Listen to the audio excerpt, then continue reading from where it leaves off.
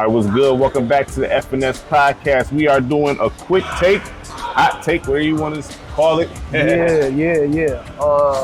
This is gonna be or is this breaking news? Is it breaking news? I mean, I don't know how many days this has been official. Me neither. I just seen it today though. I just seen it today on ESPN because we still on a cruise ship, so we don't got the internet access to get the normal alerts that we normally would get. Yeah. So we are limited to hitting the TV on and turning it to ESPN. Yeah. To see what's going on. So pretty much, Bill Belichick got hired to the North Carolina Tar Heels, right? Yeah, the Tar football Heels. team. 5-year deal. Do you think that that's gonna make North Carolina one of the top dogs as far as football? Because I don't remember being cold like that as far as college football goes. In the recent decades, they haven't been. It has the potential to have a positive impact, but we have to wait and see because Bill Belichick is old school. And can he adapt to a situation where he has to go recruit players versus draft them? That's going to be for me, that's the biggest thing in this. Do you think his reputation and cachet and accolades will help that as far as coaching? It should, but then again, it's going to be how much is North Carolina going to be willing to pay? Because that's really what it's down to now. That's what it's down to now. Players, high school players are getting paid. Michigan quarterback that just switched from LSU, he's got a $12 million deal if he plays out 4 years with Michigan. $12 million? $12 million. So in a sense, he don't even got to go to the NFL. Pretty much. And you can just imagine how many other top players is basing their decision on who's going to pay the most. That's a lot, $12 million. So, and he has to play the whole 4 years in order to get $12 million. If he leaves early, he's not going to get. Better play the whole 4. For him, it'll be like one of those things where if you ball out and you leave after your junior year, then you become a first-round draft pick. You make way more than what you making. Oh, are you? Wise. Okay, yeah, all right. Yeah. So, but if he's trash, he can stay for the whole 4 years, collect his dough, and he's straight for life. He should be. Financially, he's set up to be straight for life. If he takes advantage of his education and learning how to handle finances and making your money, allowing your money to make money for you by investing and stuff like that, he'll be straight for life. Right. But anyway, Bill Belichick going there on some X's and O's stuff. He gonna know what he's doing. Everybody should know that, especially on the defensive side of the ball. The only thing is the players going to be ready and willing to practice up to his standards. I would like to think so. This dude got too much. In my opinion, this is my thing. I don't even think it's an opinion. I think sometimes you just have to understand and respect it. This dude got how many championships? He got 6 as a head coach and 2 as a defensive coordinator. Right. He was on top of the NFL. Like, come on, man, you can't argue with this dude. Y'all went behind the ears for real. You know what I'm saying? Mm-hmm. So he knows the recipe to succeed. You know what I mean? Mm-hmm. That's pretty. There's really no leg to stand on here. He knows what it takes to get to where you got to get to and become winners. Right. It's that simple. Right. And so for him, it's going to be interesting because he's taking over a program that's not good right now, and he has the potential to help it to have a quick turnaround with the transfer portal. Now, who do you think? Now, this is the thing. My question with that is, so since now that he's not going to coach Dallas because they kept saying Bill Belichick's Dallas, push that. Do you think Deion is going there? And if Deion is not going there, do you think who's going to have the better recruits, Deion or Belichick? Well, because I would think for now, and this only because of this era of players being more flashy, more about their money and stuff like that, I would think that Dion would still be the more attractive coach to play for. Now, is he the better coach to play for? Probably not. But everything that comes with playing under Dion right now, you're going to get media attention just because of who he is. Wouldn't Belichick now attract media attention now? He It's Bill might. Belichick. He might, but here's the thing: like Dion can relate more to the kids than Belichick can. So do you think he's gonna have a Nick Saban problem? Belichick.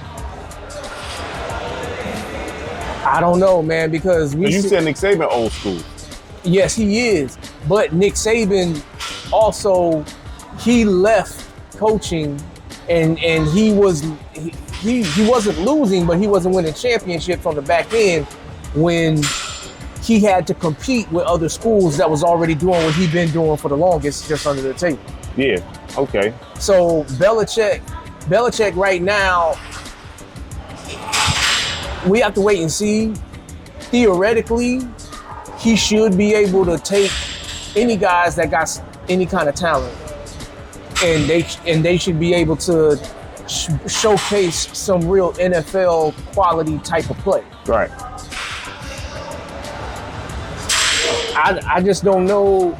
I'm waiting to see on this because I understand that this could be a clash of cultures. This could be a clash of old school versus new school. You got old school where it's like grind, study, grind, study. Dion pushed that. Right. But Dion also pushed get your money. Dion also pushed we gonna make sure that you. Well, you do. Well, we are talking about black and white as well too. That's why I'm them saying old school white dudes really be on that tip. You know what I'm saying? Like right. Straight up. Right. No diss. I'm just saying it's what it is. You know what I mean? Right. So who is gonna really want to deal with what could potentially come with Bill Belichick? Because he would have. Because if we keep it honest, his last couple of years coaching the Patriots, they wasn't a winning team. Okay, I definitely get it, but like you said, the quarterback playoff is 4 years, $12 million, right? Right. Mm-hmm. So if somebody offer a top guy, Bill Belichick don't control the dough, right? It's the university that pay him, right? Well, I don't know how much control he got, but I would think that he would step into a situation where he has a good amount of control. Yeah, but if UNC like, look, man, we want this guy, we want to pay him so and so millions. You saying he can make that call not to pay them that? If you North Carolina, you're not giving him no juice. I'm not saying, but sometimes these dudes don't make the correct decisions with players. You know that. Right, yes. You know what I'm saying? Mm-hmm. On some ego stuff. Right. You know what I mean?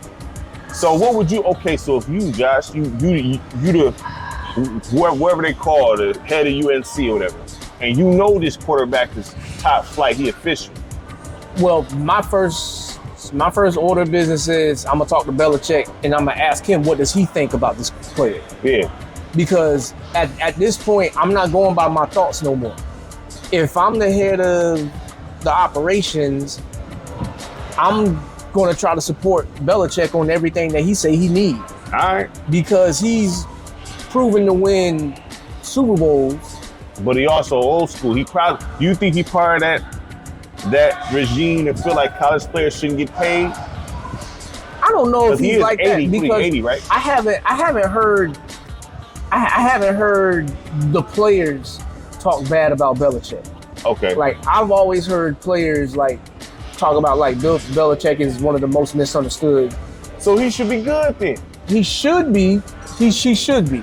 But when it comes to actually time for putting on them pads and going through practice or whatever, how different is he going to be compared to these players? Because with these players nowadays, when they might not like to practice that much, they might not like to study that much. How is that going to fly with Bill Belichick? He might have to do a whole culture change when he walks into that locker room, same way Dion did that whole culture change when he walked into the locker room with Colorado. Worked. Yes, it did work. And so for him, it's like, will Bill Belichick attract a Travis Hunter? This is the thing, right? Because even with Colorado, when was the last time they was a winning football team? I think it's that been was a long time, right? Yeah, it's been a minute. I think that was back in Cordell Stewart. So if y'all not cold, obviously what y'all doing not working. Right. So when I'm coming in here, I'm instilling what works. So whether you get down or not, even in the US, they had some underachieving teams lately when they was expected to do really well, but then they underachieved. Yeah, because that's where Drake May came out of. That's where Sam Howell came out of. They had 2 running backs that was running over everybody. They have a couple of receivers in the league right now. I think they had a tight end in the league. I mean, it's not like they don't produce nothing. I mean, Julius Peppers came out of North Carolina.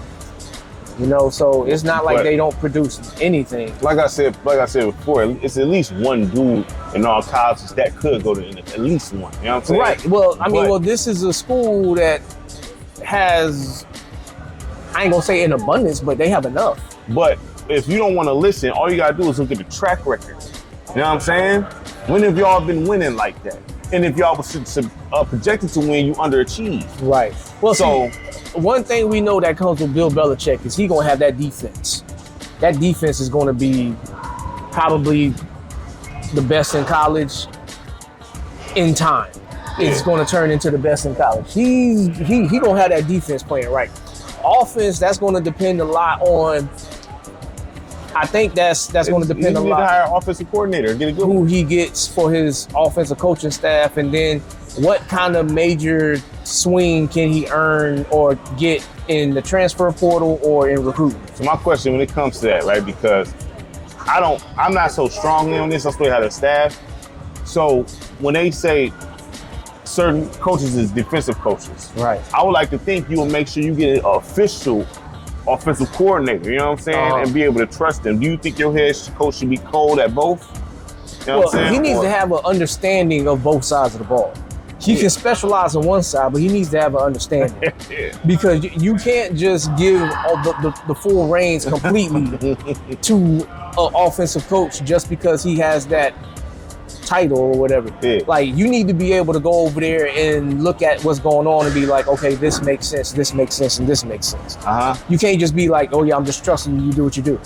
Right. So would you ever hire, so you would never hire a guy that's just straight up cold-blooded on defense, you know what I'm saying? But well, I would say that